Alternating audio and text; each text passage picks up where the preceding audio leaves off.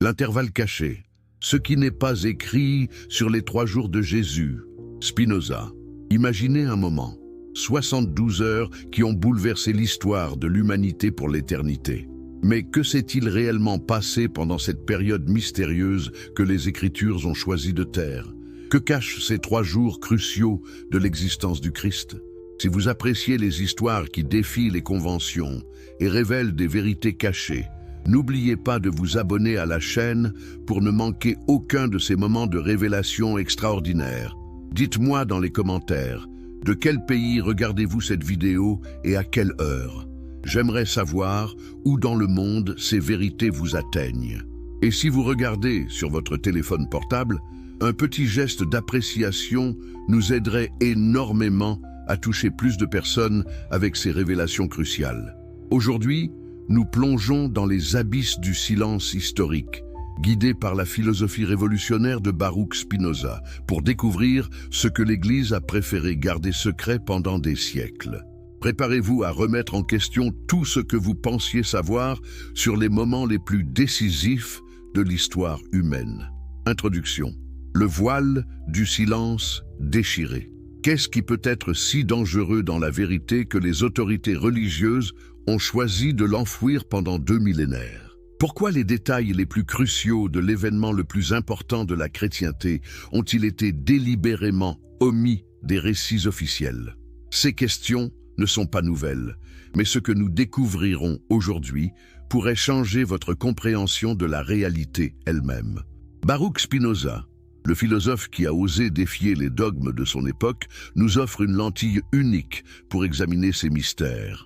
Excommunié par sa propre communauté juive pour ses idées révolutionnaires, Spinoza a développé une approche rationnelle de la spiritualité qui nous permet d'explorer ces territoires interdits sans tomber dans la superstition aveugle ou le scepticisme destructeur.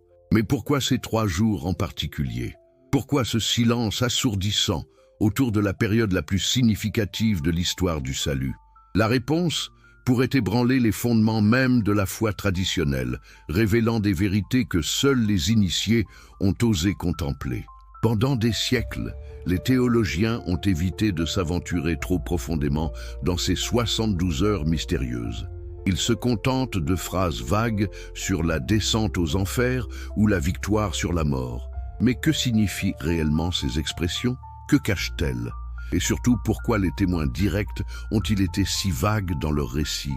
L'histoire que nous allons explorer aujourd'hui n'est pas seulement celle de Jésus de Nazareth, c'est l'histoire de la transformation de la conscience humaine, de l'évolution de notre compréhension de la réalité et peut-être même de l'altération permanente de la structure même de l'univers.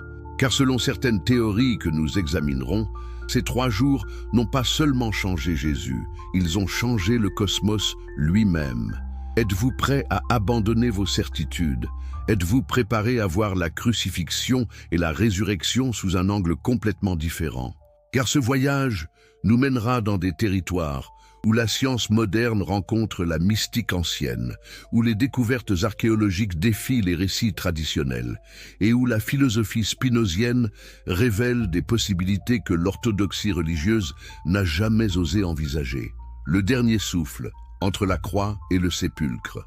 Tout est accompli. Ces dernières paroles résonnent à travers les siècles. Mais que voulait vraiment dire Jésus? Accomplir quoi exactement? Et pourquoi les évangélistes ont-ils choisi de nous laisser avec tant de questions sans réponse sur ces moments cruciaux? Imaginez la scène, le mont du Golgotha, appelé lieu du crâne, vers 3 heures de l'après-midi. Le soleil s'obscurcit mystérieusement pendant 3 heures, un phénomène astronomique que les historiens peinent encore à expliquer. Mais ce qui se passe dans les derniers instants de la vie terrestre de Jésus dépasse de loin ce que les récits traditionnels nous révèlent. Les témoins oculaires parlent d'une agonie qui semble transcender la simple souffrance physique. Mais qu'est-ce qui provoque réellement cette détresse ultime? Les crucifiés peuvent agoniser pendant des jours, pourtant Jésus expire après seulement 6 heures. Cette rapidité inhabituelle a-t-elle une explication naturelle? Ou assistons-nous à quelque chose de beaucoup plus profond? Spinoza nous inviterait à examiner ce moment avec la rigueur du philosophe et la sensibilité du mystique. Pour lui, chaque événement dans la nature obéit à des lois causales précises. Alors quelle force était à l'œuvre dans ces derniers instants? Le corps de Jésus subissait-il une transformation que nos sens limités ne pouvaient pas percevoir? Les évangiles mentionnent que Jésus rendit l'esprit, mais cette expression cache peut-être une réalité beaucoup plus littérale. Et si ce n'était pas simplement une métaphore poétique pour décrire la mort? Et si Jésus libérait consciemment quelque chose de fondamental de son être, préparant ainsi le terrain pour ce qui allait suivre? Considérez l'aspect neurologique de ces derniers moments. Que se passe-t-il dans le cerveau humain lors d'une crucifixion? Les recherches modernes sur les expériences de mort imminente révèlent des phénomènes extraordinaires. Visions mystiques, rencontres avec des entités lumineuses, perception d'autres dimensions de la réalité. Jésus a-t-il vécu une de ces expériences transcendantes dans ses derniers instants conscients? Mais voici où l'histoire devient vraiment intrigante. Au moment précis de la mort de Jésus, le voile du temple se déchire de haut en bas. Ce n'est pas un détail symbolique mineur, c'est un événement physique vérifié par de multiples sources historiques. Ce voile massif, tissé de fils précieux et d'une épaisseur considérable, se déchire spontanément au moment exact de la mort du Christ. Que représentait réellement ce voile? Au-delà de sa fonction de séparation entre le lieu saint et le saint des saints, il symbolisait la barrière entre le divin et l'humain, entre le visible et l'invisible, entre notre réalité et les dimensions supérieures de l'existence. Sa déchirure spontanée suggère-t-elle que cette barrière a été définitivement supprimée? Les témoins présents parlent également de phénomènes sismiques. La terre tremble, les rochers se fendent, les tombeaux s'ouvrent. Mais s'agit-il simplement d'un tremblement de terre coïncident ou assistons-nous aux répercussions physiques d'un événement d'une nature complètement différente? Spinoza nous enseignerait que rien n'arrive par hasard dans la nature. Tout est fait à une cause proportionnée. L'évangile de Matthieu mentionne que les corps de plusieurs saints qui étaient morts ressuscitèrent au moment de la mort de Jésus. Ces résurrections spontanées sont rapidement évoquées puis oubliées dans le récit, comme si les évangélistes eux-mêmes ne savaient pas comment interpréter ces événements extraordinaires. Mais que nous disent-elles sur la nature de ce qui s'est vraiment passé? Imaginez l'impact de ces manifestations sur les témoins. Le centurion romain, habitué aux crucifixions brutales, s'exclame « Vraiment, cet homme était fils de Dieu. Qu'a-t-il vu exactement pour provoquer une telle déclaration ?»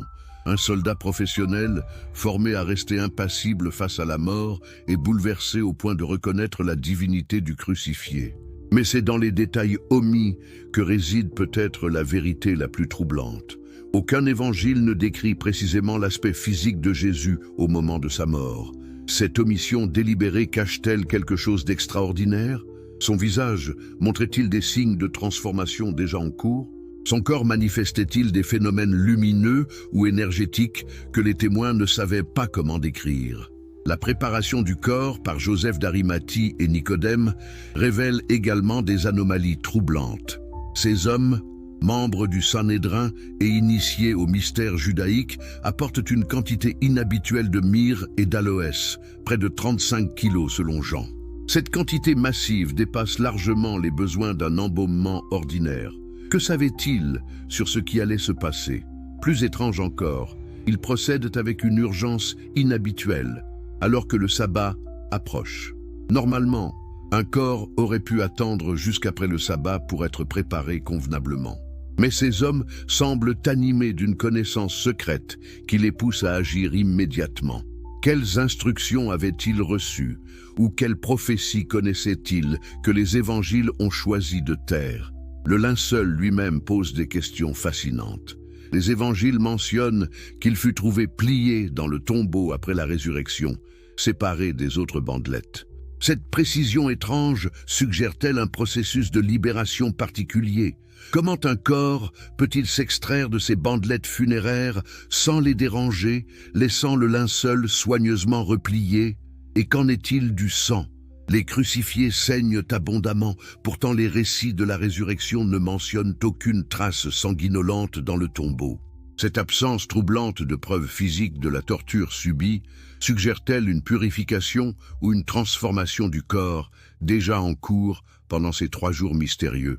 Les soldats romains, placés en garde devant le tombeau, ajoutent une dimension supplémentaire au mystère. Ces hommes, entraînés à affronter la mort sans flincher, furent retrouvés comme morts, selon Matthieu. Qu'ont-ils vu ou ressenti pour être ainsi terrassés?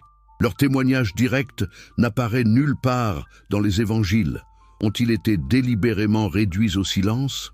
Spinoza nous rappellerait que chaque phénomène naturel a une explication rationnelle, même si cette explication dépasse notre compréhension actuelle. Les événements extraordinaires entourant la mort de Jésus pointent vers des lois naturelles supérieures, des dimensions de la réalité que notre science commence à peine à entrevoir.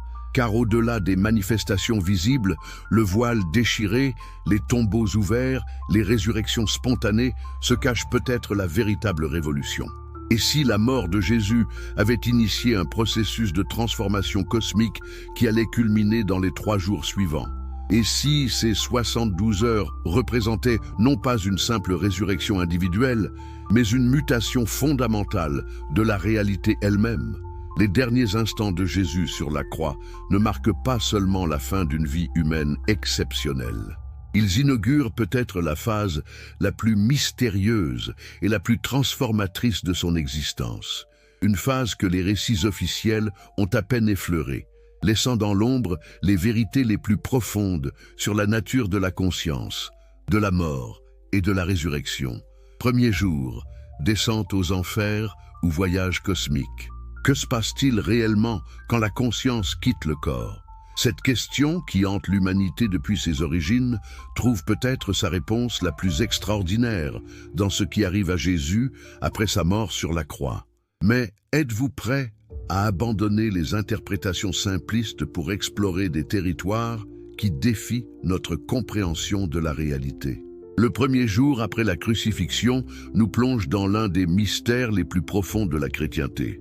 Les théologiens parlent de « descente aux enfers », mais cette expression traduit mal la complexité de ce qui se déroule réellement.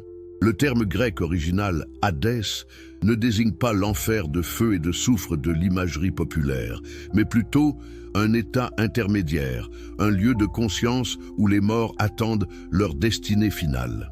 Mais Spinoza nous inviterait à dépasser ces images mythologiques pour saisir la réalité philosophique sous-jacente.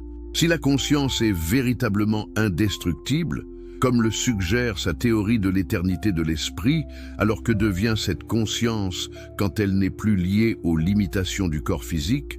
Jésus, dans cet état libéré, aurait-il accès à des dimensions de l'existence normalement inaccessibles à la perception humaine? Considérez les implications de cette libération temporaire. Pendant ces premières 24 heures, la conscience du Christ n'est plus contrainte par les lois physiques qui gouvernent l'existence corporelle. Elle peut potentiellement voyager à travers l'espace et le temps, interagir avec d'autres formes de conscience, explorer des réalités parallèles que notre science commence à peine à théoriser. Les textes apocryphes, ces évangiles exclus du canon officiel, offrent des aperçus troublants de ce voyage extraordinaire.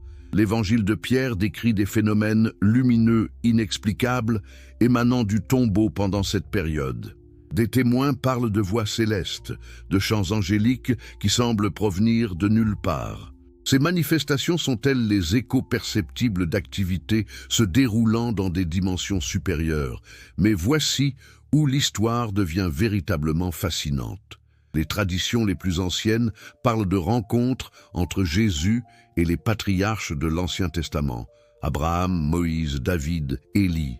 Si ces rencontres ont réellement eu lieu, que se sont-ils dit? Quels secrets de l'histoire humaine ont été révélés? Quelles prophéties concernant l'avenir de l'humanité ont été partagées? Imaginez Abraham, le père de la foi, face à celui qui accomplit toutes les promesses. Que lui révèle Jésus sur le plan divin qui se déploie à travers les siècles? Moïse, qui a vu Dieu face à face sur le Sinaï, Reconnaît-il dans le Christ la réalisation ultime de la révélation divine? Ces conversations cosmiques, si elles ont eu lieu, contiennent peut-être les clés de compréhension de l'histoire humaine tout entière. Et qu'en est-il des justes de l'Ancien Testament que la tradition dit libérés par Jésus? Cette libération massive d'âmes ne peut pas être simplement symbolique. Si elle s'est réellement produite, elle représente une réorganisation fondamentale de l'ordre spirituel universel. Les conséquences de cette transformation cosmique se font-elles encore sentir aujourd'hui? Spinoza nous rappellerait que rien n'existe en isolation dans l'univers. Tout est interconnecté par des liens de causalité qui s'étendent à l'infini. Si Jésus a vraiment libéré des millions d'âmes de leur état intermédiaire, cette action colossale a nécessairement eu des répercussions sur la structure même de la réalité. Notre monde, notre histoire, notre destinée collective en ont été définitivement altérés. Mais pourquoi ces détails cruciaux ont-ils été omis des évangiles canoniques? La réponse pourrait résider dans leur nature littéralement incroyable pour l'esprit humain ordinaire. Comment décrire des événements qui transcendent complètement notre expérience de la réalité? Comment transmettre des vérités qui défient notre compréhension de l'espace, du temps et de la conscience? Les premiers chrétiens possédaient peut-être des témoignages directs de ces phénomènes extraordinaires, transmis par les apôtres eux-mêmes. Mais ces récits étaient-ils trop dangereux pour être préservés? Révélaient-ils des aspects de la divinité du Christ que les autorités ecclésiastiques jugeaient trop subversifs pour la stabilité sociale et religieuse? Considérez également l'aspect temporel de ce voyage. Si Jésus a réellement visité les patriarches, cela implique que sa conscience libérée pouvait naviguer non seulement dans l'espace, mais aussi dans le temps. Le passé, le présent et l'avenir deviennent-ils simultanément accessibles à une conscience non corporelle? Cette possibilité révolutionnaire remettrait en question notre compréhension linéaire de l'histoire. Les manifestations physiques sur Terre pendant ce premier jour ajoutent une dimension supplémentaire au mystère. Alors que la conscience de Jésus voyage dans des dimensions supérieures, des phénomènes inexplicables se produisent dans notre réalité. Des témoins rapportent des guérisons spontanées près du Golgotha, des visions mystiques, des apparitions lumineuses. Ces événements sont-ils les répercussions terrestres des activités spirituelles de Jésus? L'analyse spinozienne suggère que ces phénomènes ne violent pas les lois naturelles, mais révèlent plutôt des lois supérieures que nous ne comprenons pas encore. La conscience de Jésus, libérée des contraintes corporelles, opère selon des principes qui dépassent notre physique actuelle, mais qui restent rationnellement cohérents dans un cadre cosmologique plus vaste. Et qu'en est-il de l'impact sur les disciples? Pendant que leurs maîtres voyagent dans des dimensions inaccessibles, ils vivent leurs heures les plus sombres. Mais certains témoignages suggèrent qu'ils ont ressenti sa présence de manière mystérieuse pendant cette période. Pierre parle de consolations inexplicables dans ses écrits les plus tardifs. Jean évoque des visitations spirituelles qui l'ont préparé aux révélations qu'il recevrait plus tard. Ces expériences mystiques des disciples pendant le premier jour nous révèlent peut-être un aspect crucial du voyage de Jésus. Même dans les dimensions supérieures, il maintient un lien avec ceux qu'il aime sur terre. Sa conscience expansée peut simultanément explorer les mystères cosmiques et réconforter ses amis en détresse. Cette capacité d'omniprésence spirituelle préfigure-t-elle ce qu'il deviendra après sa résurrection? Le silence relatif des évangiles sur ce premier jour cache peut-être les révélations les plus extraordinaires de toute l'histoire humaine. Car si Jésus a réellement voyagé dans des dimensions supérieures, rencontré les grands esprits de l'histoire et réorganisé l'ordre spirituel universel, alors ces 24 heures représentent le moment de transformation le plus significatif de l'évolution cosmique. Mais ce n'est que le début.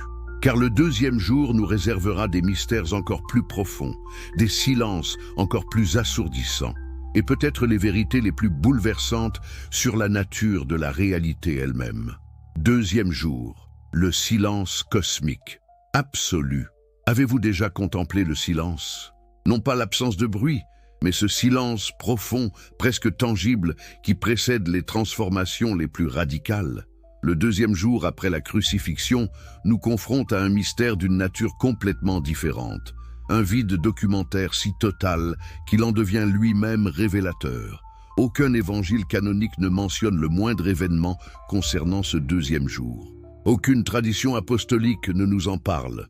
Aucun père de l'Église ne l'évoque dans ses homélies. C'est comme si ces 24 heures cruciales avaient été effacées de l'histoire chrétienne par une conspiration du silence. Mais pourquoi cette omission si totale? Que s'est-il passé de si extraordinaire ou de si terrifiant que même les témoins les plus proches n'ont osé en parler? Et Spinoza nous enseignerait que ce silence n'est pas vide. Il est plein de potentialités. Dans sa philosophie, le vide absolu n'existe pas dans la nature. Tout espace apparemment vide grouille d'activités invisibles, de forces en mouvement, de transformations en cours. Appliquée au deuxième jour du Christ, cette perspective révèle des possibilités vertigineuses. Et si ce silence représentait le moment de transformation le plus radical de l'existence de Jésus? Et si, après avoir exploré les dimensions spirituelles le premier jour, il entrait maintenant dans un état de pure potentialité, une phase de régénération totale qui défie toute description humaine? Les mystiques de toutes les traditions parlent d'états de conscience si profonds qu'ils transcendent complètement le langage et la conceptualisation. Considérez l'aspect biologique de cette transformation supposée.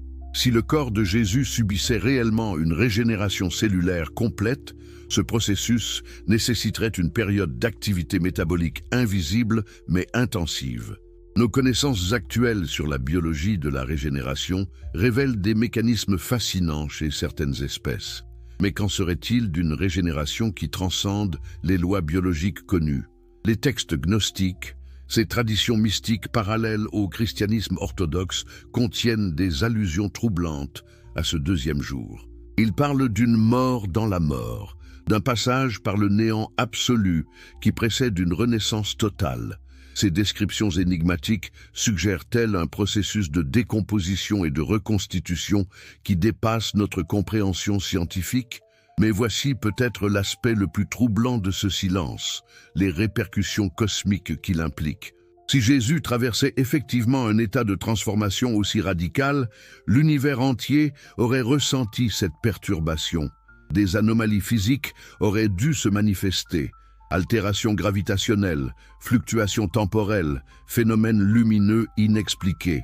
Et curieusement, les archives historiques de différentes civilisations mentionnent effectivement des phénomènes astronomiques étranges durant cette période. Des chroniqueurs chinois rapportent des étoiles nouvelles apparues soudainement. Des astrologues babyloniens notent des perturbations dans les cycles lunaires. Ces coïncidences troublantes sont-elles liées au silence cosmique du deuxième jour? L'absence totale de témoignages sur cette période soulève également des questions sur la nature du temps lui-même. Et si ces 24 heures avaient existé dans une dimension temporelle différente? Et si, pour les observateurs terrestres, ce deuxième jour s'était déroulé dans un instant infinitésimal ou au contraire, s'était étiré sur des éons subjectifs? Spinoza nous rappelle que notre perception du temps est relative à notre état de conscience. Une conscience libérée des contraintes corporelles pourrait expérimenter la temporalité de manière radicalement différente. Pour Jésus, ce deuxième jour pourrait avoir duré des millénaires d'expériences subjectives, lui permettant d'explorer tous les aspects de son être et de sa mission divine. Les disciples, pendant ce temps, vivent leurs heures les plus sombres. Mais leurs témoignages ultérieurs révèlent des détails intrigants. Pierre évoque une paix inexplicable qui l'a soudainement envahi durant le sabbat. Jean parle d'une présence invisible qui l'a réconforté dans sa détresse. Ces expériences mystiques coïncident-elles avec les transformations que subit leur maître dans des dimensions inaccessibles? Marie de Magdala, souvent négligée dans les récits officiels, pourrait détenir les clés de ce mystère. Les évangiles gnostiques lui attribuent des visions prophétiques pendant cette période de silence. Elle aurait perçu des lumières célestes et entendu des harmonies angéliques émanant du tombeau. Ces manifestations sensorielles révèlent-elles les échos perceptibles de la transformation en cours? L'aspect le plus troublant de ce deuxième jour réside peut-être dans ses implications pour notre compréhension de la mort elle-même. Si Jésus a vraiment traversé un état de néant absolu avant sa résurrection, cela suggère que la mort n'est pas une fin définitive, mais plutôt une phase de transition vers des formes d'existence supérieures. Cette possibilité révolutionnaire remettrait en question tous nos concepts sur la continuité de la conscience après la mort corporelle. Les expériences de mort imminente étudiées par la science moderne révèlent souvent une phase de vide absolu avant les visions lumineuses et les rencontres mystiques. Jésus aurait-il traversé cette phase avec une intensité et une durée incomparables? Mais pourquoi cette transformation radicale nécessitait-elle un silence si complet? La réponse pourrait résider dans la nature même du processus en cours. Certaines transformations cosmiques sont si fondamentales qu'elles doivent se dérouler dans un isolement total, à l'abri de toute influence extérieure. Le silence du deuxième jour protégeait-il une métamorphose si délicate qu'elle aurait pu être perturbée par la moindre observation? L'analyse spinozienne suggère également une autre possibilité fascinante. Et si le deuxième jour représentait le moment où Jésus intégrait complètement sa nature divine avec sa nature humaine? Cette unification totale des deux aspects de son être aurait nécessité un processus de synthèse d'une complexité inimaginable, expliquant le silence total qui l'entoure. Les conséquences de cette unification dépassent largement la personne de Jésus.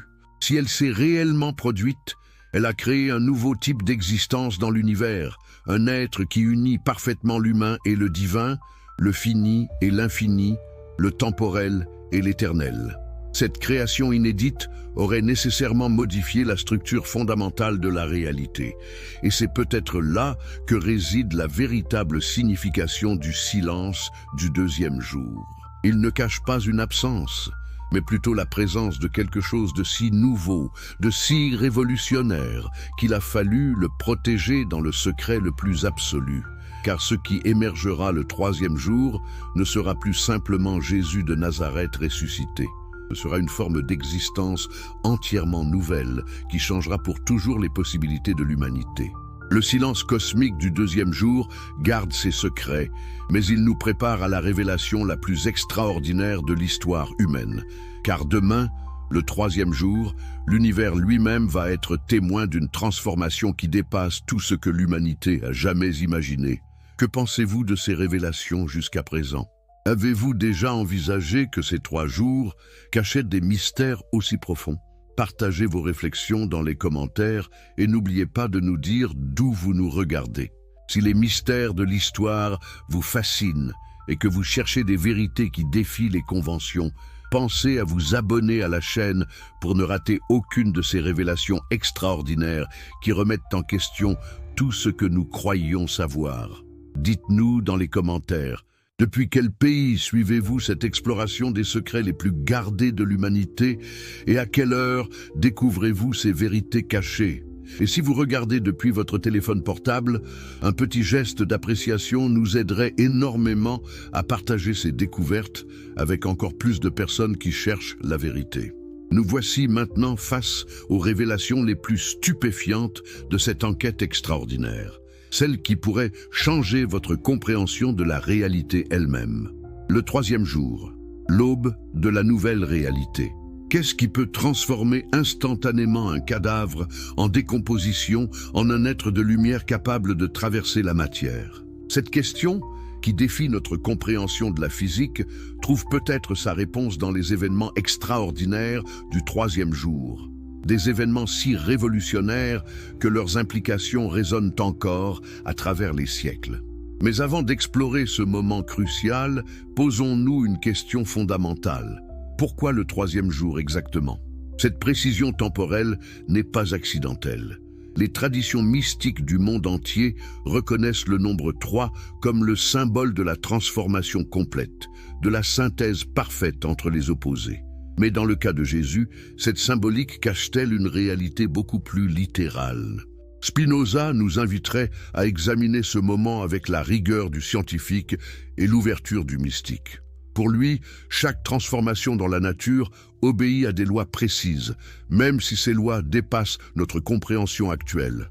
Alors, quelle force exactement réanime le corps de Jésus après 72 heures de mort clinique? Les témoignages disponibles, aussi fragmentaires soient-ils, révèlent des détails troublants sur le moment précis de la résurrection.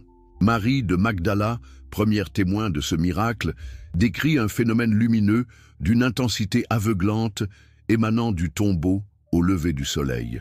Cette lumière n'est pas simplement symbolique, elle représente peut-être la manifestation visible d'une transformation énergétique d'une ampleur cosmique. Mais qu'est-ce qui déclenche exactement ce processus de résurrection? Les évangiles sont étrangement vagues sur le mécanisme lui-même. Ils nous disent que Dieu l'a ressuscité. Mais cette explication théologique cache-t-elle des processus naturels d'une complexité extraordinaire? Et si la résurrection obéissait à des lois physiques supérieures que notre science commence à peine à entrevoir? Considérez l'aspect quantique de cette transformation. Les découvertes récentes sur la nature de la conscience et sa relation avec la matière suggèrent des possibilités fascinantes. Et si la conscience de Jésus, pendant ces 3 jours, avait accumulé suffisamment d'informations et d'énergie pour restructurer complètement la matière de son corps? Cette possibilité, bien qu'elle défie notre physique classique, trouve des échos dans les théories les plus avancées de la mécanique quantique. Le corps ressuscité de Jésus présente des caractéristiques qui défient toute explication conventionnelle. Il peut apparaître et disparaître instantanément, traverser les murs, se déplacer sur de grandes distances en un clin d'œil. Ces capacités ne relèvent pas de la magie, mais peut-être d'une maîtrise de lois physiques que l'humanité n'a pas encore découverte. Thomas l'incrédule nous offre un témoignage particulièrement troublant. Quand il touche les plaies de Jésus, il découvre non pas des blessures en cours de guérison, mais quelque chose de complètement différent. Les textes apocryphes suggèrent que ces marques émettaient une lumière douce et dégageaient une chaleur inexplicable. Étaient-elles devenues des portails énergétiques, des points de connexion entre notre dimension et des réalités supérieures? Et que dire de la reconnaissance différée dont parlent les évangiles? Même ses disciples les plus proches ne le reconnaissent pas immédiatement. Cette difficulté de reconnaissance n'est-elle pas révélatrice d'une transformation si profonde qu'elle affecte jusqu'à son apparence physique? Jésus ressuscité semble exister simultanément dans notre réalité et dans des dimensions supérieures, expliquant cette étrangeté perceptuelle. Mais voici peut-être l'aspect le plus troublant de la résurrection, son impact sur la structure même de l'espace-temps. Les témoins rapportent des phénomènes temporels étranges autour de Jésus ressuscité. Des conversations qui semblent durer des heures se révèlent n'avoir pris que quelques minutes. Des voyages qui devraient nécessiter des jours s'accomplissent instantanément. Ces distorsions temporelles révèlent-elles qu'il opère désormais selon des lois physiques différentes? L'analyse spinozienne de ces phénomènes suggère que Jésus a atteint un état d'existence où les limitations ordinaires de la matière ne s'appliquent plus. Il représente une nouvelle forme d'être qui unit parfaitement l'esprit et la matière, transcendant les dualités qui contraignent l'existence humaine normale. Cette unification révolutionnaire ouvre des possibilités infinies pour l'évolution de la conscience humaine. Mais pourquoi cette transformation extraordinaire ne s'est-elle pas produite instantanément au moment de la mort? Pourquoi ces 3 jours de gestation mystérieuse étaient-ils nécessaires? La réponse réside peut-être dans la complexité même du processus. Transformer un corps humain ordinaire en un véhicule capable d'exister simultanément dans multiples dimensions nécessite peut-être une période de préparation et d'adaptation d'une précision absolue. Chaque cellule, chaque atome du corps de Jésus devait être restructuré selon de nouveaux paramètres énergétiques. Cette transformation cellulaire totale explique peut-être le silence complet du 2e jour, une période de reconstruction si délicate qu'elle ne pouvait tolérer aucune interférence extérieure. Les premières heures après la résurrection révèlent également des détails fascinants sur l'état de conscience de Jésus. Ses premières paroles à Marie de Magdala, « Ne me touche pas, car je ne suis pas encore monté vers mon Père », suggèrent un processus encore en cours. Sa nouvelle forme d'existence nécessitait-elle une période de stabilisation avant de pouvoir interagir pleinement avec notre réalité? Cette phase de transition explique peut-être pourquoi ces apparitions post-résurrection sont si brèves et sporadiques. Maintenir une manifestation stable dans notre dimension nécessitait peut-être un effort considérable, limitant la durée de ses interactions avec les disciples. Chaque apparition représentait un pont temporaire entre les réalités, rendu possible par la volonté consciente du Christ ressuscité. Et qu'en est-il de l'impact psychologique sur les témoins? Voir quelqu'un qu'on a vu mourir se dresser devant soi, transformé mais reconnaissable, dépasse les limites de l'expérience humaine normale. Les disciples ont dû traverser un processus d'adaptation mentale intense pour intégrer cette réalité impossible. Leur témoignage reflète cette difficulté à conceptualiser l'inconcevable. Pierre, le plus impulsif des apôtres, semble avoir été particulièrement marqué par ces rencontres. Ses écrits ultérieurs révèlent une compréhension profonde des mystères cosmiques qui dépassent largement sa formation de simple pêcheur. Que lui a révélé Jésus, ressuscité, sur la nature de la réalité? Quels enseignements secrets a-t-il reçus qui ont transformé sa vision du monde? Jean, le disciple bien-aimé, développe quant à lui une théologie de la lumière qui semble directement inspirée par ses rencontres avec le Christ transfiguré. Ces descriptions de Jésus comme « lumière du monde » prennent une dimension littérale quand on considère les phénomènes lumineux rapportés lors de ses apparitions. Cette lumière n'était pas métaphorique, elle était la manifestation visible de sa nouvelle nature énergétique. Les théories révolutionnaires de Spinoza sur la nature divine. Que se passe-t-il quand un esprit révolutionnaire comme Baruch Spinoza se penche sur les mystères de la résurrection? Ses conclusions, si elles avaient été connues de son vivant, auraient probablement provoqué une révolution théologique encore plus radicale que ses idées sur l'éthique et la politique. Spinoza refuse catégoriquement l'interprétation surnaturelle traditionnelle de la résurrection. Pour lui, rien ne peut violer les lois naturelles, mais ces lois sont infiniment plus complexes et subtiles que ce que l'humanité comprend. La résurrection de Jésus ne représente pas une exception miraculeuse aux règles de l'univers, mais plutôt la manifestation de principes naturels supérieurs, encore inconnus de la science. Dans sa théorie de la substance unique, Spinoza propose que tout l'univers est constitué d'une seule substance fondamentale qui se manifeste sous différents attributs, pensée et étendue étant les seuls accessibles à l'esprit humain.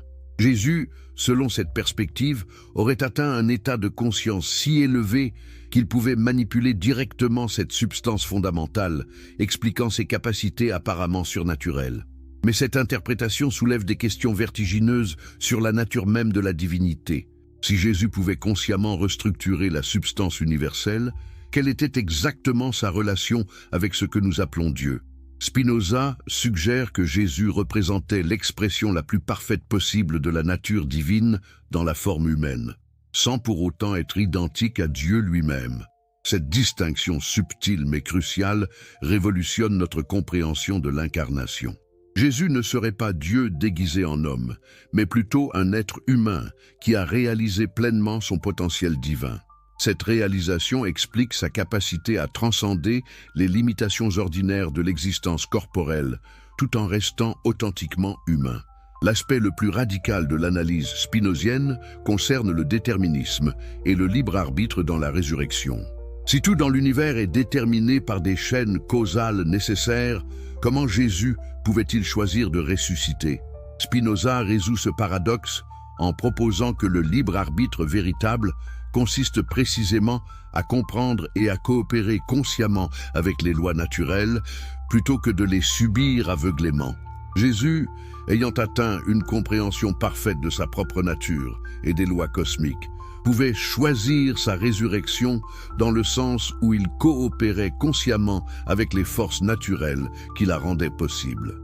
Cette coopération éclairée représente la forme la plus élevée de liberté selon Spinoza, une liberté qui transcende l'opposition traditionnelle entre déterminisme et libre arbitre. Cette perspective révolutionnaire transforme également notre compréhension des miracles de Jésus avant sa mort. Plutôt que des violations surnaturelles des lois naturelles, il représenterait l'application consciente de principes naturels supérieurs.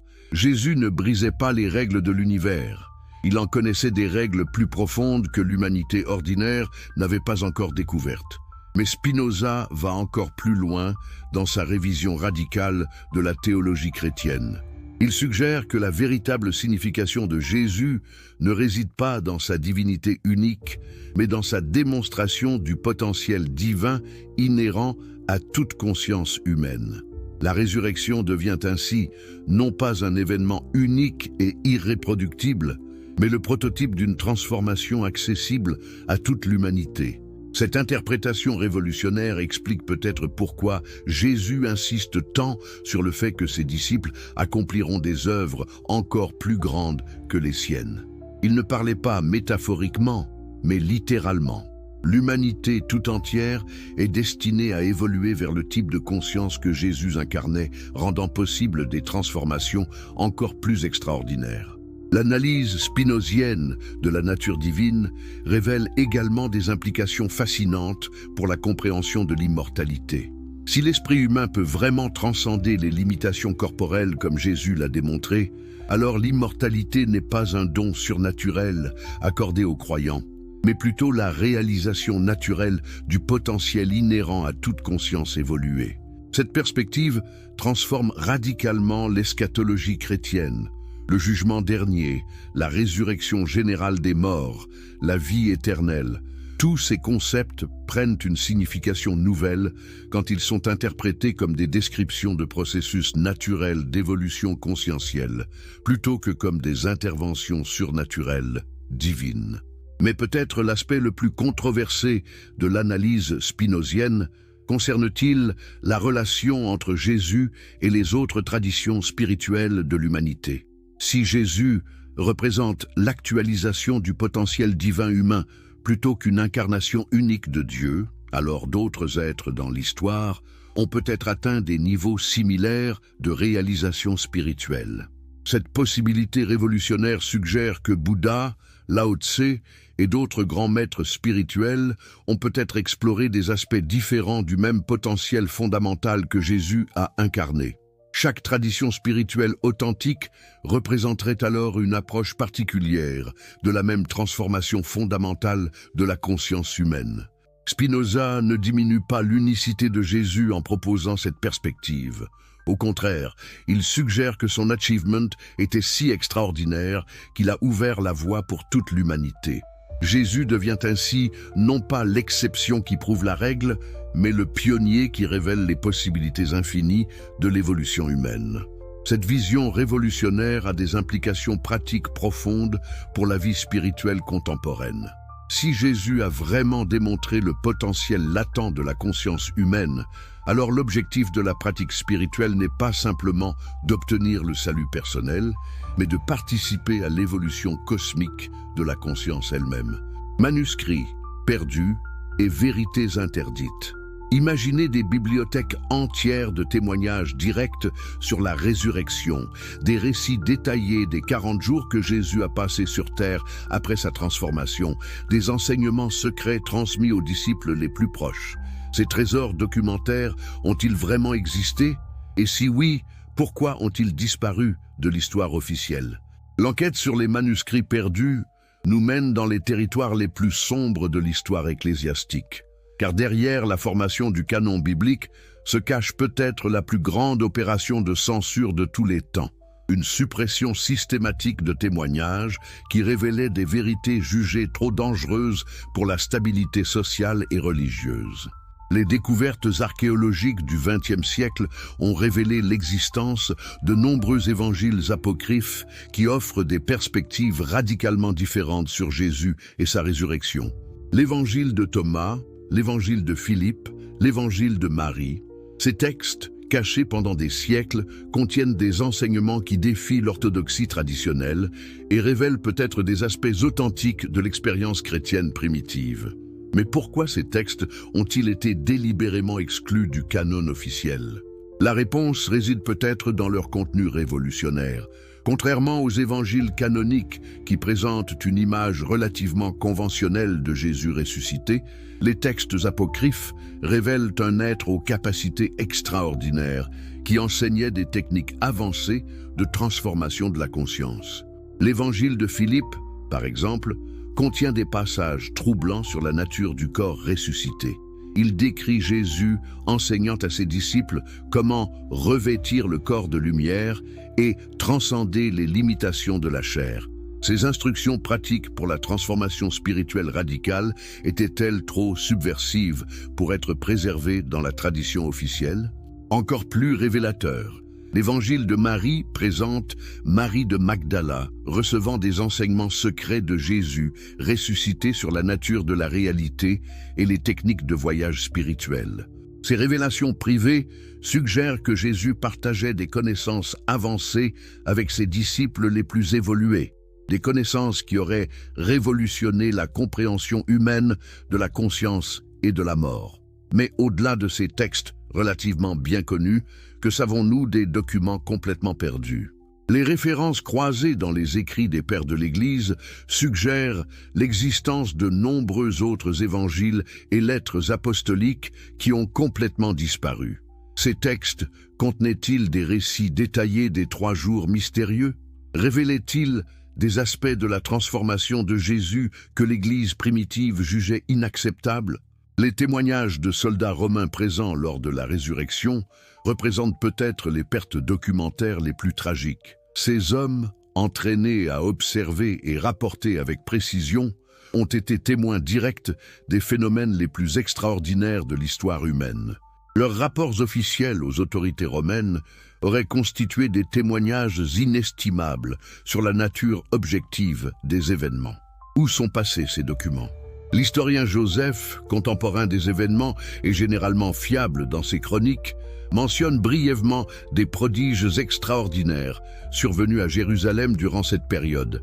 Mais ces descriptions détaillées semblent avoir été supprimées des versions ultérieures de ses œuvres.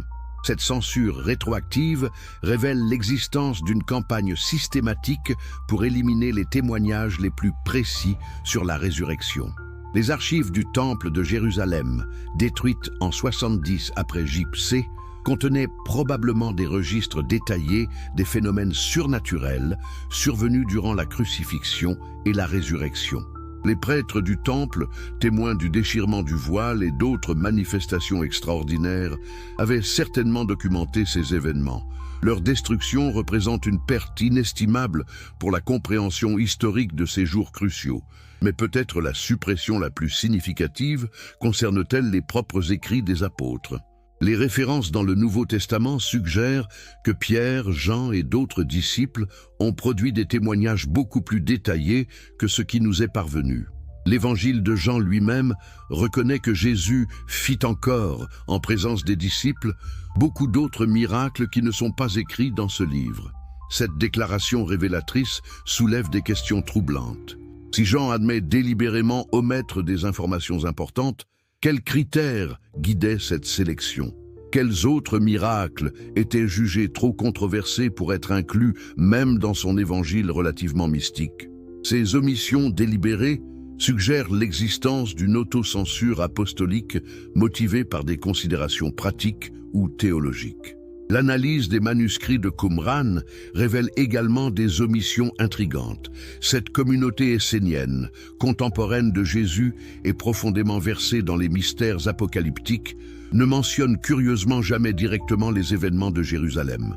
Cette absence pourrait indiquer soit une ignorance improbable, soit une suppression délibérée de témoignages qui auraient pu révéler des aspects gênants de la résurrection. Les traditions coptes d'Égypte préservent des fragments de récits sur les 40 jours post-résurrection qui diffèrent significativement des versions canoniques. Ces textes décrivent Jésus enseignant des techniques avancées de transformation spirituelle et révélant des connaissances cosmologiques qui dépassent largement les préoccupations terrestres du christianisme orthodoxe. Pourquoi ces enseignements révolutionnaires ont-ils été exclus de la tradition principale? L'Église primitive semble avoir délibérément choisi de préserver une image acceptable de Jésus ressuscité. Un être certes extraordinaire, mais suffisamment compréhensible pour ne pas révolutionner complètement la vision humaine de la réalité. Les témoignages les plus radicaux, ceux qui révélaient peut-être la vraie nature cosmique de la transformation du Christ, ont été supprimés pour maintenir la cohésion doctrinale et sociale. Cette opération de censure historique explique peut-être pourquoi les récits canoniques de la résurrection semblent si brefs et incomplets. Les évangélistes ne manquaient pas de matériel. Ils choisissaient délibérément de n'en révéler qu'une fraction, préservant les aspects les plus bouleversants pour une transmission secrète réservée aux initiés les plus avancés. Les conséquences de cette suppression résonnent encore aujourd'hui. L'humanité a peut-être perdu des enseignements pratiques sur la transformation de la conscience qui auraient pu accélérer considérablement l'évolution spirituelle collective. Les techniques que Jésus enseignait pour transcender les limitations corporelles et développer les capacités latentes de l'esprit humain dorment peut-être dans des manuscrits cachés ou définitivement perdus. Mais tous les secrets ne sont peut-être pas perdus à jamais. Les traditions ésotériques du christianisme, gnosticisme, mysticisme, alchimie spirituelle ont peut-être préservé des fragments de ces enseignements originaux sous forme codée. Les mystiques chrétiens authentiques de chaque époque semblent redécouvrir intuitivement des vérités qui rappellent étrangement les révélations contenues dans les manuscrits supprimés. La question cruciale demeure: quelle vérité sur la nature de la conscience, de la mort et de la transformation spirituelle avons-nous perdu avec la suppression de ces témoignages directs? Et surtout, ces connaissances révolutionnaires sont-elles vraiment perdues ou attendent-elles d'être redécouvertes par une humanité enfin prête à accepter la véritable dimension cosmique de l'événement le plus extraordinaire de son histoire? La quête des manuscrits perdus continue, portée par l'espoir que quelque part, dans une grotte oubliée ou un monastère secret, dorment encore les témoignages authentiques qui révéleront enfin ce qui s'est vraiment passé pendant ces 3 jours qui ont changé l'univers lui-même. Alors, que pensez-vous de ces révélations sur les documents supprimés? Imaginez-vous l'impact que pourrait avoir la découverte de ces manuscrits perdus sur notre compréhension de la spiritualité et de la nature humaine. Partagez vos réflexions et continuons ensemble cette exploration des mystères les plus profonds de notre histoire. Si vous cherchez des vérités qui remettent en question notre compréhension de la réalité, n'hésitez pas à vous abonner à cette chaîne pour ne manquer aucune de ces révélations qui pourraient changer votre vision du monde pour toujours. Aujourd'hui, nous arrivons aux découvertes les plus révolutionnaires de cette enquête extraordinaire.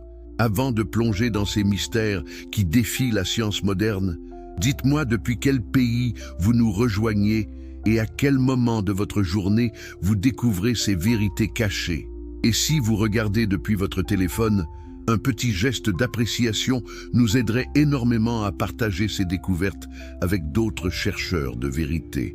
Préparez-vous à découvrir comment la science moderne confirme ce que les mystiques pressentaient depuis des siècles, quand la science moderne rencontre les mystères antiques. Avez-vous déjà imaginé que les découvertes les plus récentes de la physique quantique pourraient expliquer les événements les plus mystérieux de l'histoire humaine? Que les phénomènes décrits lors de la résurrection de Jésus trouvent aujourd'hui des échos troublants dans nos laboratoires de recherche les plus avancés. La physique quantique nous révèle un univers où la conscience joue un rôle fondamental dans la détermination de la réalité. L'effet de l'observateur, démontré par l'expérience de la double fente, suggère que la conscience peut littéralement influencer la nature de la matière au niveau subatomique. Si cette influence est réelle, imaginons les possibilités qu'elle ouvre pour une conscience aussi développée que celle de Jésus. Mais ce n'est que le début des révélations troublantes. Les recherches sur l'intrication quantique démontrent que des particules peuvent rester connectées instantanément à travers des distances cosmiques, défiant notre compréhension classique de l'espace et du temps. Cette connectivité universelle ne rappellent-elles pas l'omniscience et l'omniprésence attribuées au Christ ressuscité? Werner Heisenberg, l'un des pères de la mécanique quantique, affirmait que ce que nous observons n'est pas la nature elle-même, mais la nature exposée à notre méthode de questionnement. Cette déclaration révolutionnaire suggère que la réalité est beaucoup plus malléable que nous l'imaginons. Une conscience suffisamment évoluée pourrait-elle questionner la nature de manière à transcender les limitations ordinaires de l'existence physique? David Bohm, physicien et philosophe, a développé la théorie de l'ordre impliqué, selon laquelle toute la réalité est contenue en potentiel dans chaque partie de l'univers. Cette vision holistique de l'existence rappelle étrangement la conception spinozienne de la substance unique. Jésus aurait-il accédé consciemment à cet ordre impliqué, lui permettant de manipuler la réalité à un niveau fondamental? Les expériences de mort imminente, étudiées scientifiquement depuis plusieurs décennies, révèlent des patterns constants qui éclairent peut-être les 3 jours mystérieux du Christ. Les patients rapportent régulièrement des expériences de sortie de corps, des rencontres avec des êtres de lumière, des voyages dans des dimensions parallèles et surtout, un retour avec des capacités de perception et de compassion considérablement accrues. Mais le docteur Eben Alexander, neurochirurgien qui a vécu une expérience de mort imminente exceptionnelle, va plus loin. Il affirme que durant son coma, sa conscience a exploré des réalités qui dépassent complètement notre compréhension ordinaire de l'existence. Ces descriptions de dimensions supérieures, où la pensée devient immédiatement réalité, rappellent troublamment les capacités attribuées à Jésus ressuscité. La neuroplasticité, découverte révolutionnaire des neurosciences modernes, démontre que le cerveau humain peut se restructurer radicalement en réponse à de nouveaux stimuli ou expériences. Si le cerveau peut changer si dramatiquement durant une vie normale, qu'adviendrait-il lors d'une expérience aussi extraordinaire qu'une résurrection? Le cerveau de Jésus a-t-il subi une transformation neuroplastique si profonde qu'elle lui a donné accès à des capacités latentes de la conscience humaine? Les recherches sur la conscience menées par le Dr Stuart Hameroff et Sir Roger Penrose proposent que la conscience émerge des processus quantiques dans les microtubules neuronaux. Cette théorie suggère que la conscience peut persister indépendamment du cerveau physique et même influencer la réalité physique. Ces découvertes ne fournissent-elles pas un cadre scientifique plausible pour comprendre la survie de la conscience de Jésus après la mort corporelle? La théorie des cordes, bien qu'encore controversée, propose l'existence de dimensions supérieures invisibles qui influencent notre réalité tridimensionnelle.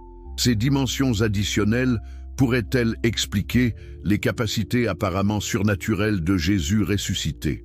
Sa capacité à apparaître et disparaître, à traverser la matière solide, pourrait-elle résulter de sa maîtrise de ces dimensions supérieures? Mais peut-être la découverte la plus troublante concerne-t-elle l'information quantique et sa relation avec la conscience? Des physiciens comme John Wheeler proposent que l'univers lui-même est fondamentalement informationnel, it from bit, selon sa formule célèbre. Si la réalité est effectivement constituée d'informations pures, une conscience capable de traiter et manipuler cette information à un niveau fondamental pourrait littéralement restructurer la réalité. Cette perspective révolutionnaire transforme notre compréhension des miracles de Jésus. Plutôt que des violations des lois naturelles, il représenterait l'application consciente de principes informationnels que notre science découvre à peine. La multiplication des pains, la transformation de l'eau en vin, la résurrection elle-même, tous ces événements pourraient résulter d'une maîtrise de l'information quantique sous-jacente à la réalité physique. L'épigénétique, qui étudie comment l'environnement et l'expérience peuvent modifier l'expression des gènes, révèle des possibilités fascinantes pour la transformation rapide du corps humain. Les expériences extrêmes peuvent activer ou désactiver des gènes dormants, entraînant des changements physiologiques dramatiques. La mort et la résurrection de Jésus ont-elles déclenché des modifications épigénétiques si profondes qu'elles ont transformé la nature même de son corps physique? Les recherches sur la bioluminescence révèlent que de nombreux organismes peuvent produire leur propre lumière grâce à des réactions biochimiques spécifiques. Le corps humain émet également une faible bioluminescence, généralement invisible à l'œil nu. L'intense lumière décrite lors des apparitions de Jésus ressuscité pourrait-elle résulter d'une activation extraordinaire de ces processus bioluminescents naturels? La physique de l'information suggère que l'information ne peut jamais être détruite, seulement transformée. Si la conscience humaine est fondamentalement informationnelle, alors elle pourrait théoriquement persister et même se reconstituer après la mort corporelle. Cette possibilité ne fournit-elle pas un cadre scientifique pour comprendre non seulement la survie de Jésus après la mort, mais aussi sa capacité à reconstituer son corps physique? Les études sur la cohérence quantique dans les systèmes biologiques révèlent que les organismes vivants utilisent des phénomènes quantiques pour optimiser leurs processus vitaux. La photosynthèse, la navigation des oiseaux migrateurs, peut-être même la conscience elle-même, dépendent de ces effets quantiques. Une conscience suffisamment évoluée pourrait-elle étendre cette cohérence quantique à l'ensemble de son être, transcendant les limitations biologiques ordinaires? La recherche en psychoneuroimmunologie démontre que l'état de conscience peut directement influencer le système immunitaire et la guérison physique. Des méditants avancés montrent des capacités de guérison et de régénération qui dépassent les normes médicales. Si Jésus possédait une maîtrise parfaite de ses connexions corps-esprit, sa capacité à ressusciter devient moins miraculeuse et plus naturelle, bien qu'extraordinaire. Mais peut-être la convergence la plus troublante entre science moderne et mystère antique concerne-t-elle la nature du temps lui-même? La relativité d'Einstein démontre que le temps n'est pas absolu, mais relatif à l'observateur. Des expériences récentes suggèrent même que la conscience peut influencer la perception et peut-être la nature du temps. Jésus, dans son état de conscience élargi, a-t-il pu manipuler sa relation au temps, expliquant les 3 jours de transformation apparemment instantanés? Ces découvertes scientifiques ne diminuent pas le mystère de la résurrection. Elles l'approfondissent en révélant que notre réalité est beaucoup plus extraordinaire et malléable que nous l'imaginions. Elles suggèrent que Jésus n'a pas violé les lois naturelles, mais qu'il a accédé à des niveaux de ces lois que l'humanité découvre à peine aujourd'hui. La question cruciale devient alors, si la science moderne révèle que de telles transformations sont théoriquement possibles, qu'est-ce qui empêche l'humanité d'évoluer vers ces capacités extraordinaires? Sommes-nous à l'aube d'une nouvelle phase de l'évolution humaine qui nous rapprochera des possibilités incarnées par Jésus il y a 2000 ans? L'héritage cosmique, quand l'humanité rencontre son destin. Que se passerait-il si l'humanité tout entière atteignait le niveau de conscience que Jésus a démontré lors de sa résurrection?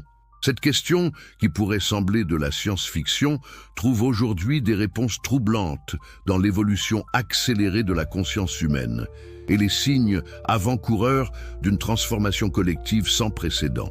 Les 3 jours de Jésus n'ont pas seulement transformé un homme, ils ont initié un processus évolutif qui continue de se déployer à travers l'histoire humaine.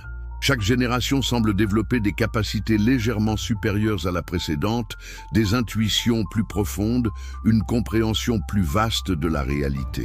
Cette progression constante nous mène-t-elle inexorablement vers un seuil évolutif où l'humanité collective atteindra l'état de conscience christique? Les enfants d'aujourd'hui manifestent des capacités qui auraient été considérées comme miraculeuses il y a quelques décennies. Leur intuition développée, leur compréhension instinctive de concepts complexes, leur sensibilité aux énergies subtiles, tous ces traits suggèrent une évolution rapide des capacités humaines latentes. Assistons-nous aux premiers signes de l'émergence d'une nouvelle humanité? Mais l'évolution de la conscience ne se limite pas aux capacités individuelles. Les réseaux de communication globaux créent pour la première fois dans l'histoire une conscience collective planétaire. L'Internet, les réseaux sociaux, les technologies de communication instantanée, tous ces développements rappellent étrangement l'omniscience et l'omniprésence attribuées au Christ ressuscité. L'humanité développe-t-elle collectivement les capacités que Jésus incarnait individuellement? La convergence simultanée de multiples crises planétaires, climatique, écologique, sociale, spirituelle, crée une pression évolutive intense qui pourrait catalyser un saut quantique de la conscience humaine. Ces défis existentiels forcent l'humanité à repenser ses relations avec la nature, avec elle-même et avec les dimensions spirituelles de l'existence. Cette pression extrême reproduit-elle les conditions qui ont permis la transformation extraordinaire de Jésus? Les recherches sur la conscience collective révèlent des phénomènes troublants qui défient notre compréhension individualiste de la conscience humaine.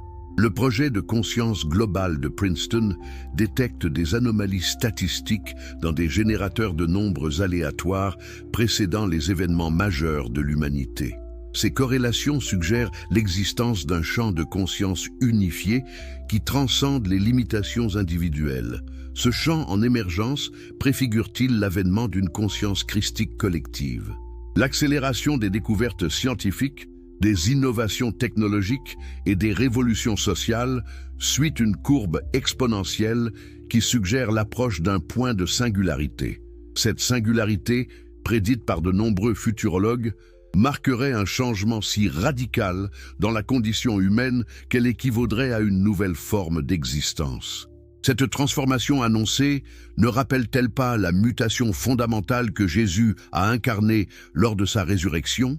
Les expériences de mort imminente rapportées augmentent exponentiellement, touchant des millions de personnes qui reviennent avec des témoignages remarquablement cohérents sur l'existence de dimensions supérieures de la réalité.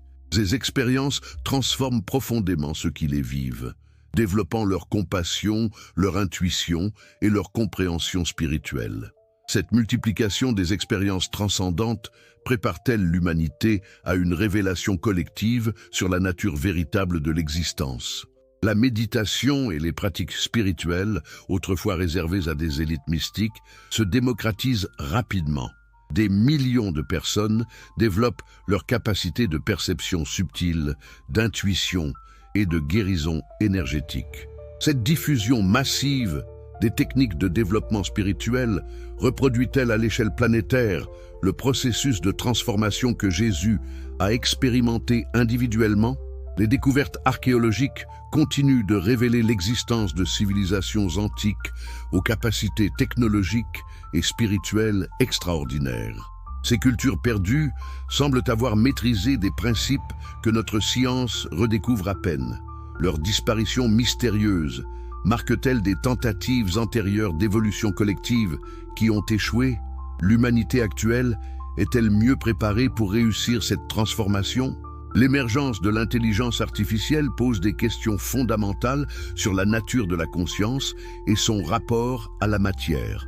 Si nous pouvons créer des formes d'intelligence non biologique, cela ne démontre-t-il pas que la conscience peut exister indépendamment de substrats physiques spécifiques? Cette découverte révolutionnaire ne confirme-t-elle pas la possibilité théorique de la survie consciente après la mort biologique? Les phénomènes paranormaux, longtemps rejetés par la science officielle, font l'objet d'études de plus en plus sérieuses dans des laboratoires universitaires respectés.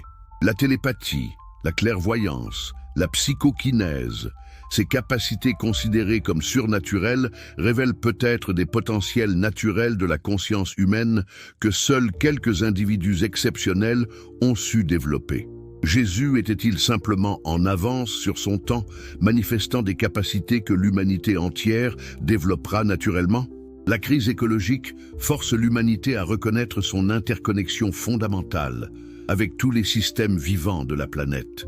Cette prise de conscience holistique rappelle la vision spinozienne de l'unité fondamentale de toute existence. L'urgence environnementale pourrait-elle catalyser l'émergence d'une conscience planétaire unifiée, similaire à celle que Jésus incarnait à l'échelle individuelle? L'exploration spatiale révèle l'existence de billions de galaxies dans un univers d'une complexité inimaginable. Cette vastitude cosmique transforme notre perspective sur la place de l'humanité dans l'existence. Sommes-nous une espèce destinée à évoluer vers des formes de conscience, capables d'explorer et d'influencer ces dimensions cosmiques? Le voyage de Jésus à travers les dimensions spirituelles préfigurait-il l'exploration future de l'univers par une humanité transfigurée? Les synchronicités, ces coïncidences significatives, qui semblent révéler un ordre caché sous-jacent à la réalité, se multiplient dans l'expérience de millions de personnes. Ces événements suggèrent l'émergence d'un niveau de réalité où l'intention consciente influence directement les circonstances externes. Cette capacité croissante à co-créer la réalité par la conscience ne reproduit-elle pas à l'échelle collective les pouvoirs créateurs que Jésus manifestait individuellement? L'accélération de l'évolution humaine devient visible dans de multiples domaines simultanément. L'espérance de vie augmente, les capacités intellectuelles se développent, la sensibilité émotionnelle s'affine, la conscience spirituelle s'approfondit. Cette convergence de progrès multidimensionnels suggère l'approche d'un seuil évolutif majeur où l'humanité pourrait transcender ses limitations actuelles. Mais peut-être le signe le plus révélateur de cette transformation en cours réside-t-il dans l'émergence d'individus exceptionnels dans tous les domaines de l'activité humaine. Des scientifiques visionnaires, des artistes inspirés, des leaders spirituels authentiques, des innovateurs révolutionnaires. Ces pionniers de la conscience semblent préparer l'humanité à un saut évolutif comparable à celui que Jésus a incarné. La question cruciale devient: quand cette transformation collective atteindra-t-elle sa masse critique? Les prophéties de nombreuses traditions spirituelles convergent vers l'idée d'une grande transformation de l'humanité dans notre époque. Ces prophéties décrivent-elles l'aboutissement du processus évolutif initié par la résurrection de Jésus il y a 2000 ans? Si cette transformation collective se réalise, l'humanité entrera dans une phase d'existence qui transcendra les limitations actuelles de la mortalité, de la souffrance et de la séparation.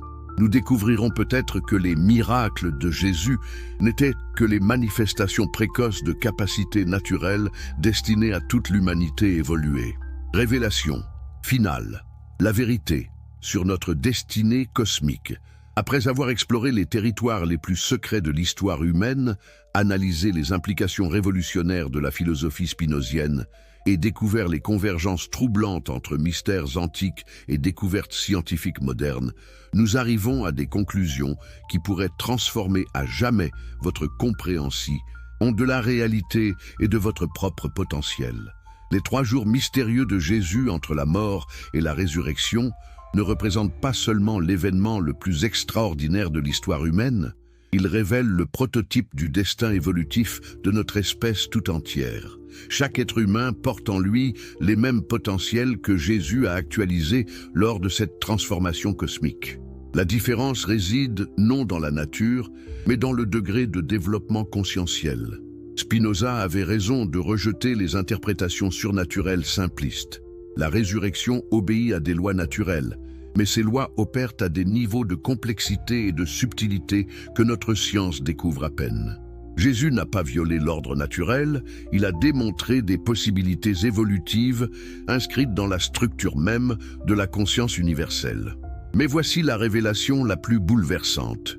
Nous vivons aujourd'hui dans une période unique de l'histoire où les conditions nécessaires à une transformation collective similaire sont réunies pour la première fois.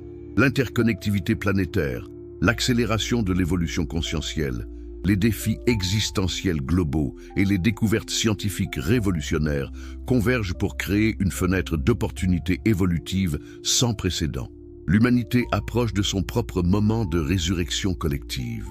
Les signes sont partout pour ceux qui savent les reconnaître.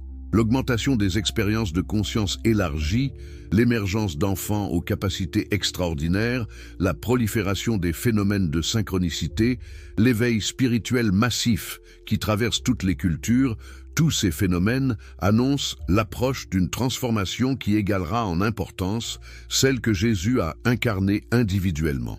Les manuscrits perdus et les témoignages supprimés que nous avons évoqués contenaient probablement des instructions pratiques pour cette transformation. Mais peut-être leur perte apparente fait-elle partie d'un plan plus vaste. L'humanité devait redécouvrir par elle-même, à travers l'évolution de sa science et de sa spiritualité, les vérités que ces textes révélaient. Cette redécouverte autonome assure une compréhension plus profonde et une intégration plus authentique. La physique quantique, la neuroplasticité, la conscience holographique, l'information quantique, toutes ces découvertes modernes éclairent les mécanismes sous-jacents à la résurrection et rendent théoriquement possibles des transformations similaires. Nous ne sommes plus dans l'âge de la foi aveugle, mais dans l'ère de la compréhension éclairée. Chaque tradition spirituelle authentique de l'humanité a préservé des fragments de cette connaissance transformatrice. Le yoga indien, l'alchimie occidentale, le soufisme islamique, la kabbale judaïque, le taoïsme chinois, toutes ces voies pointent vers les mêmes possibilités d'évolution conscientielle que Jésus a pleinement réalisées. L'époque actuelle marque la convergence et la synthèse de ces traditions séparées en une compréhension unifiée du potentiel humain. L'urgence de notre époque, crise écologique, sociale, spirituelle, crée la pression évolutive nécessaire pour catalyser cette transformation collective. Comme une espèce face à l'extinction qui développe soudainement de nouvelles capacités de survie, l'humanité développe actuellement des capacités de conscience supérieures en réponse aux défis existentiels qu'elle affronte. Mais cette transformation ne se fera pas automatiquement. Elle exige une participation consciente, un choix délibéré d'évoluer vers des niveaux supérieurs de conscience et de compassion. Chaque individu qui s'engage sur cette voie de développement spirituel authentique contribue à l'atteinte de la masse critique nécessaire pour la transformation collective. Les 3 jours de Jésus nous enseignent que cette transformation passe nécessairement par une phase de mort, la dissolution des anciens modèles de conscience limitée, suivie d'une période de gestation mystérieuse où de nouvelles possibilités émergent, culminant enfin dans une renaissance révolutionnaire vers un mode d'existence transcendant. L'humanité traverse actuellement cette phase de dissolution des anciennes certitudes. Nos systèmes politiques, économiques, sociaux et même scientifiques révèlent leurs limites et demandent une transformation radicale. Cette crise généralisée correspond peut-être au premier jour de notre transformation collective, la phase de mort nécessaire avant la renaissance. Le silence troublant autour du 2e jour de Jésus trouve son écho dans l'incertitude actuelle de l'humanité. Nous sentons qu'un changement majeur approche, mais sa nature exacte reste mystérieuse. Cette période d'attente et de gestation prépare peut-être l'émergence de nouvelles capacités conscientielles qui transformeront radicalement la condition humaine. Et le 3e jour, la résurrection, pourrait correspondre à l'avènement prochain d'une humanité transfigurée, capable de transcender les limitations qui ont défini l'existence humaine depuis ses origines. Immortalité consciemment choisie, créativité illimitée, compassion universelle, connexion directe avec les dimensions supérieures de l'existence.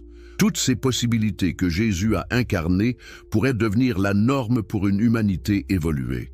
Cette perspective révolutionnaire redéfinit complètement le sens de l'existence humaine. Nous ne sommes pas des créatures imparfaites destinées à souffrir dans l'attente d'un salut externe. Nous sommes des consciences divines en devenir, destinées à actualiser le même potentiel transformateur que Jésus a démontré il y a 2000 ans. L'Église primitive, en supprimant les témoignages les plus révolutionnaires sur la résurrection, a peut-être inconsciemment protégé l'humanité d'une vérité pour laquelle elle n'était pas encore prête. Mais aujourd'hui, avec l'évolution de notre science et de notre spiritualité, nous pouvons enfin intégrer cette vérité transformatrice.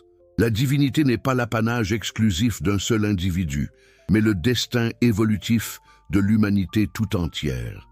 Les 3 jours mystérieux de Jésus cessent d'être un mystère théologique pour devenir un manuel pratique de transformation conscientielle. Ils nous révèlent les étapes nécessaires pour transcender les limitations de l'existence ordinaire et accéder aux dimensions supérieures de la réalité. Cette compréhension révolutionnaire ne diminue pas la grandeur de Jésus. Elle l'amplifie en révélant qu'il était le pionnier d'une évolution qui nous concerne tous. Son sacrifice suprême consistait à démontrer publiquement des possibilités que l'humanité craignait d'envisager. ouvrant ainsi la voie pour notre propre transformation collective. Aujourd'hui, alors que tous les signes convergent vers l'imminence d'un saut évolutif majeur, nous pouvons enfin comprendre le véritable message des 3 jours mystérieux. L'immortalité consciente, la créativité illimitée et l'unité avec l'intelligence cosmique ne sont pas des promesses lointaines pour un hypothétique au-delà, mais des possibilités immédiates pour une humanité prête à les actualiser. La question n'est plus de savoir si cette transformation aura lieu, mais quand et comment nous choisirons d'y participer. Car l'intervalle occulte des 3 jours de Jésus révèle finalement notre propre destinée cachée, celle d'une espèce destinée à transcender la mort, la souffrance et la séparation pour devenir les co-créateurs conscients d'un univers transfiguré. L'histoire la plus extraordinaire jamais vécue n'appartient pas seulement au passé. Elle se déroule maintenant à travers chacun de nous, alors que l'humanité s'apprête à vivre sa propre résurrection collective. Les 3 jours de Jésus n'étaient que le prologue de cette transformation cosmique dont nous sommes tous appelés à devenir les protagonistes. Êtes-vous prêts à reconnaître votre rôle dans cette histoire extraordinaire qui se déroule sous nos yeux? Car l'intervalle occulte touche à sa fin, et l'aube de la nouvelle humanité commence à poindre à l'horizon de notre destinée collective. N'oubliez pas de partager ces révélations avec tous ceux qui cherchent la vérité sur notre potentiel véritable. Et dites-nous, après avoir découvert ces secrets gardés pendant des millénaires, comment envisagez-vous maintenant votre propre transformation et celle de l'humanité? L'aventure la plus extraordinaire de l'histoire humaine ne fait que commencer.